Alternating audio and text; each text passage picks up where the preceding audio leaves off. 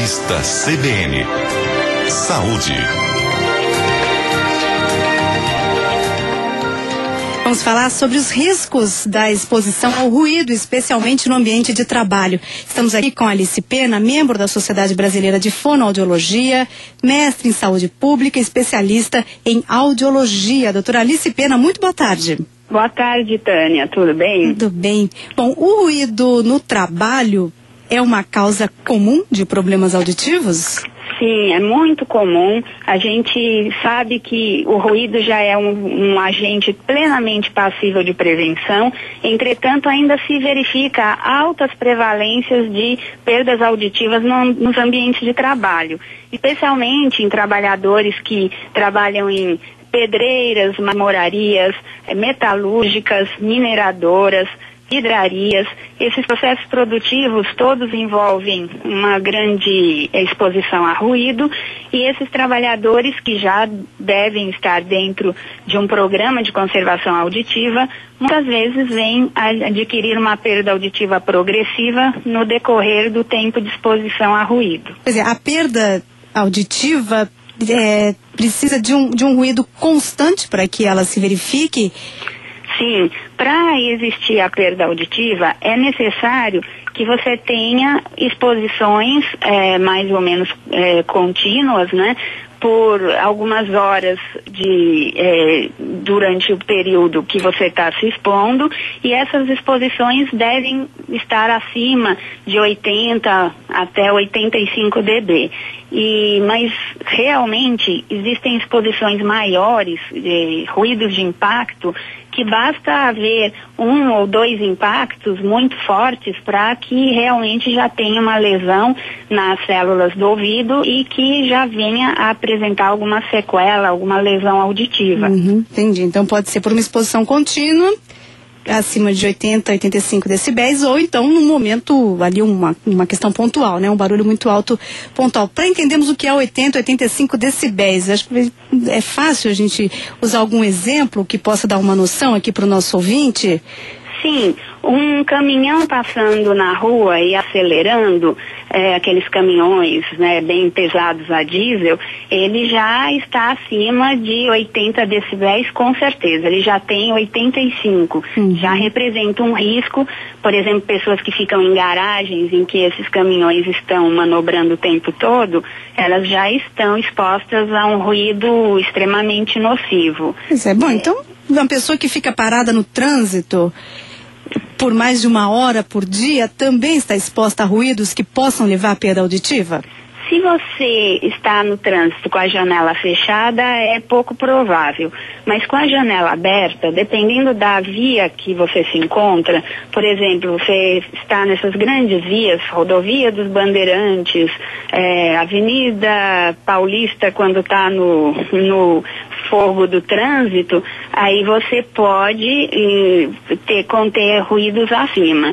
Principalmente motos, né? Motos no trânsito também representam um grande ruído. As motos já têm um ruído acima de 90, 95, dependendo do motor. Certo. Pessoas que moram nas proximidades ou na própria avenida também têm uma exposição grande? Sim, a gente, principalmente nas grandes cidades, aqui em São Paulo, a gente tem isso como um problema grave de saúde pública.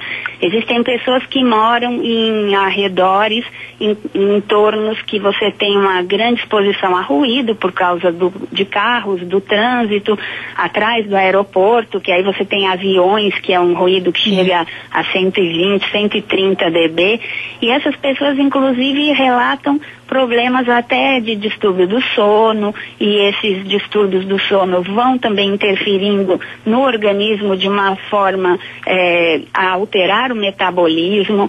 Problemas hormonais são descritos pela exposição contínua a ruído. Então, o ruído é nocivo, mas ele não é só nocivo para a audição.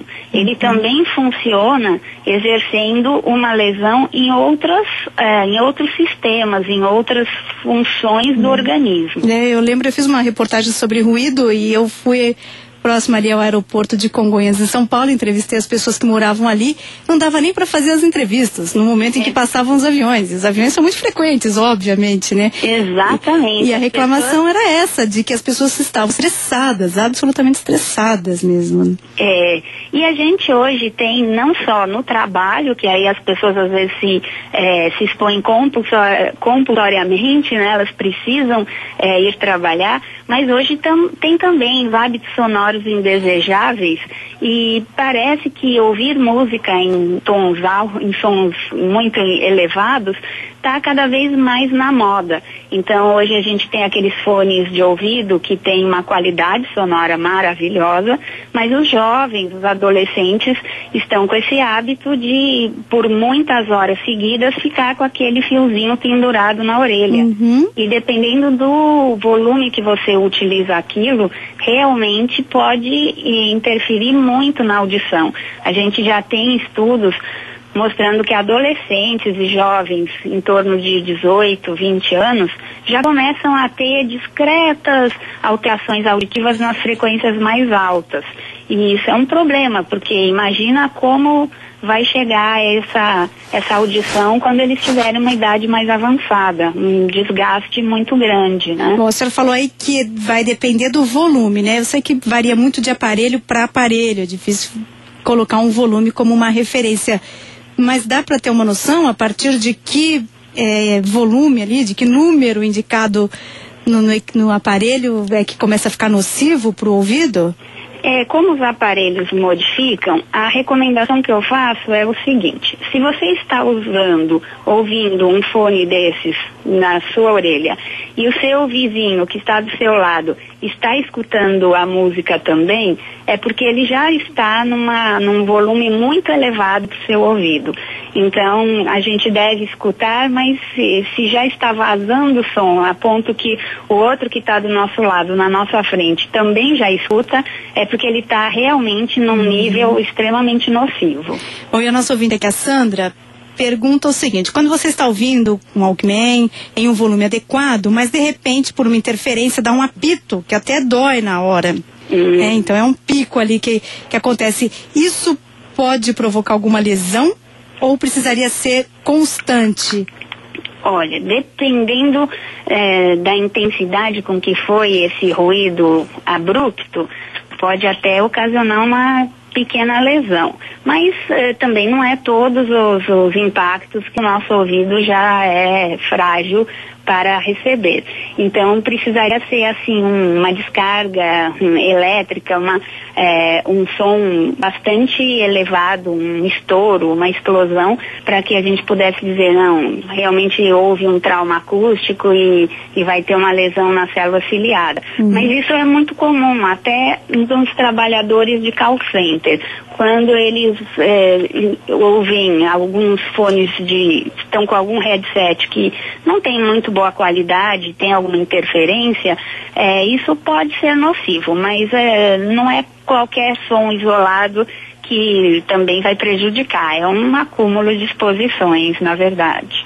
O ruído é a única causa que leva à perda de audição, considerando obviamente os fatores genéticos, de idade e tal, mas do ponto de vista externo, o ruído é o mais importante, ou existem outros elementos externos que podem interferir na audição?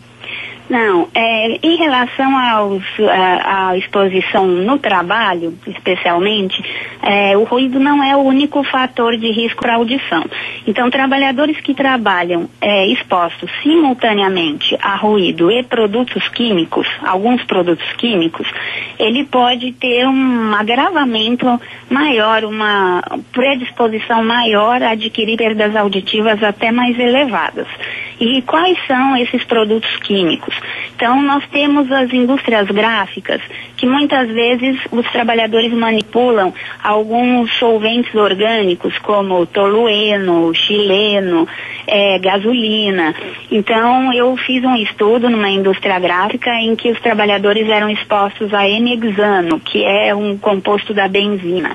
E esse N-hexano, ele, pelo meu estudo, 23% dos trabalhadores tinha algum tipo de perda auditiva, e a gente verificou também também um sinal de neurotoxicidade, ou seja, o Enexano, esse produto, ele intoxica a cóclea e também a parte mais central da audição, a córtex cerebral. Então, existiam sinais, assim, de perdas auditivas até do ponto de vista mais central, uma maior dificuldade de reconhecimento por parte deles das palavras, uma perda auditiva até mais danificante do que somente a exposição a ruído. Entendi. Então é um grande problema de saúde pública aqueles trabalhadores que têm essa exposição simultânea e até mesmo a exposição isolada a alguns agentes químicos.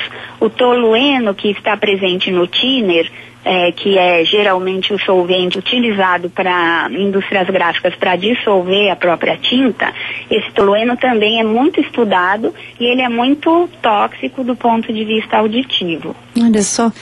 Bom, estamos aqui com a fonoaudióloga Alice Pena. Temos a pergunta aqui do Douglas Porro, e ele fala sobre o uso do celular com fone.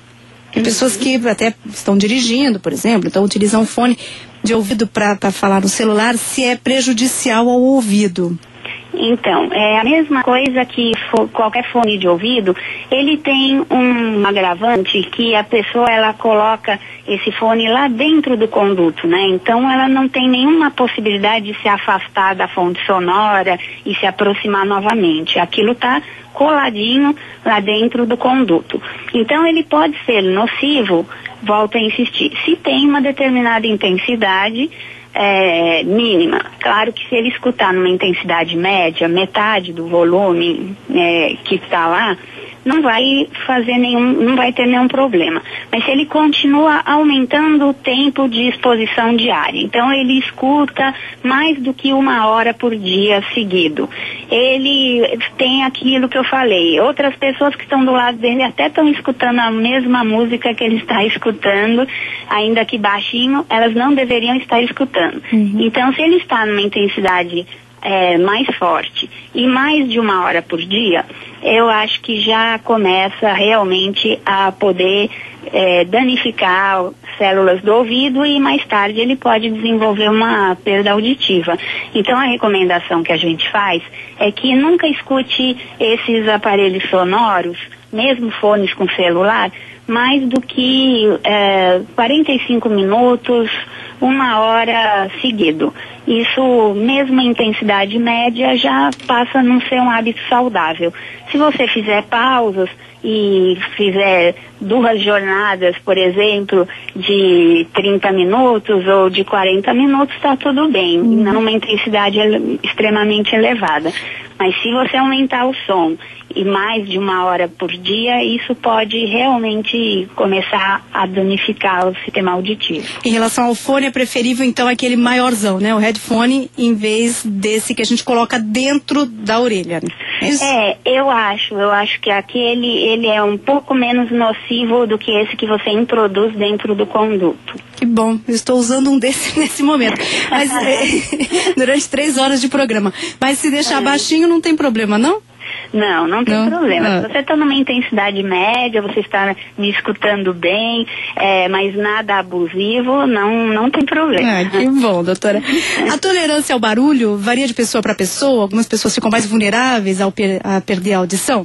Sim, a gente tem inclusive uma terminologia, a gente chama alguns ouvidos de ouvido de vidro, que são os extremamente suscetíveis, e os ouvidos de pedra. Não se sabe exatamente por que algumas pessoas, depois de uma vida inteira de trabalho pesado, expostos a ruído, ainda terminam a vida assim, com a audição super boa. E em contradição, outras que se expõem a poucos anos de exposição a um ruído médio, elas vão desenvolvendo perdas auditivas mais rapidamente. Então, por isso que a gente fala, existem os ouvidos de vidro e os ouvidos de pedra. O que interfere nisso, né? O que te torna um ouvido de vidro, um ouvido de pedra, podem ser alguns fatores. Dentre eles, acredita-se que a raça, então a raça negra, ela é mais resistente a ruído do que a raça branca, da mesma forma com que a cor dos olhos. Então, pessoas que têm olhos claros, elas são mais suscetíveis do que pessoas de olhos castanhos. Por que isso? Curioso. Porque isso tem a ver com a melanina, né? Com a quantidade de melanina que a gente tem no organismo, que dizem que ela é um fator de proteção para a exposição a ruído. Também existem... Isso é novidade. Então, quanto maior o grau de melanina, maior a proteção em relação ao ruído. Então menor a predisposição da pessoa vir a desenvolver uma perda auditiva por exposição a ruído.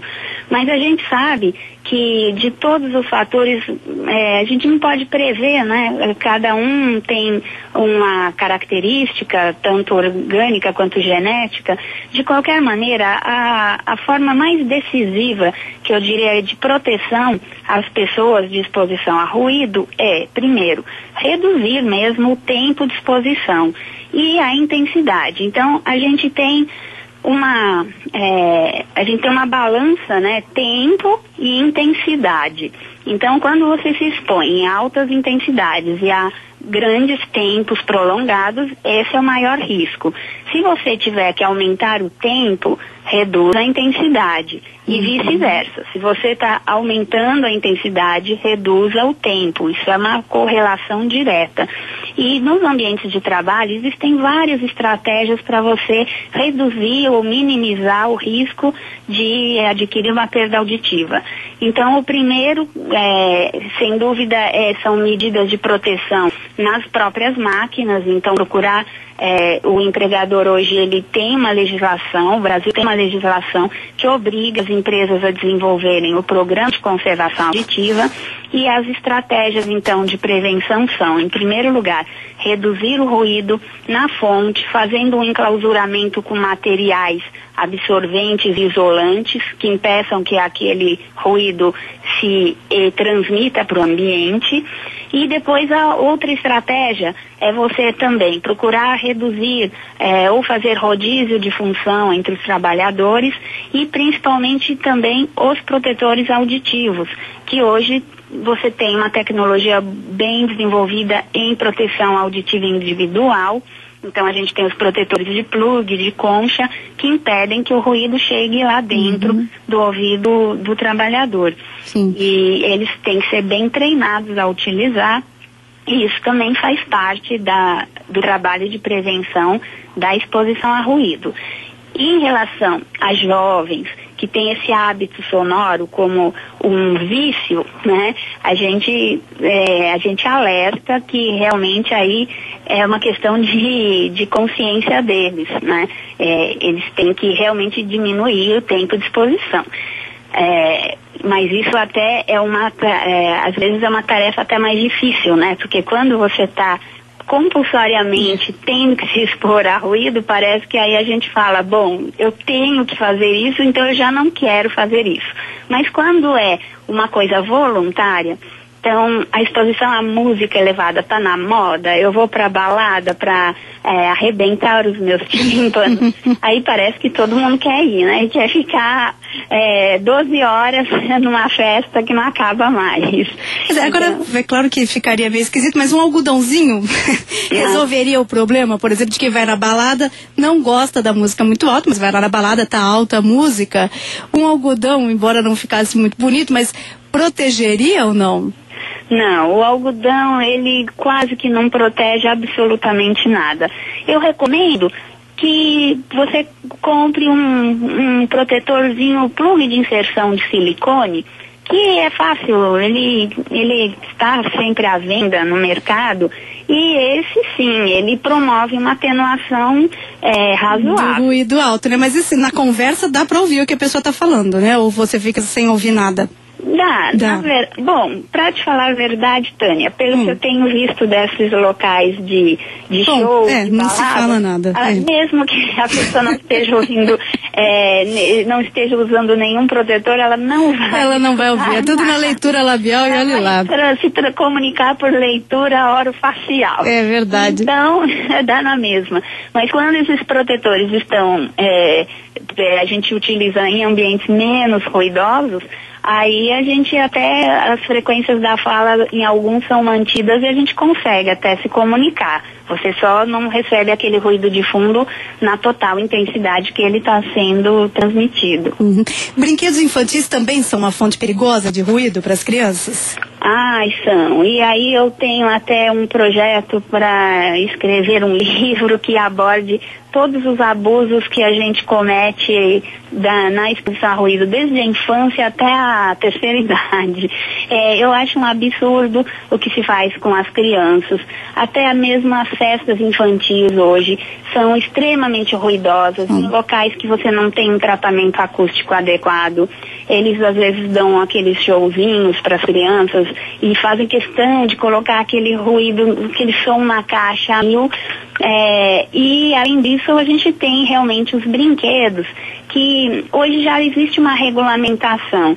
Então existe já um certo cuidado na confecção dos brinquedos. As empresas hoje são obrigadas, para ter uma certificação de qualidade, elas são obrigadas a seguir determinados níveis. Mas a gente sabe, então hoje os brinquedos são mais silenciosos do que há 10, 15 anos atrás.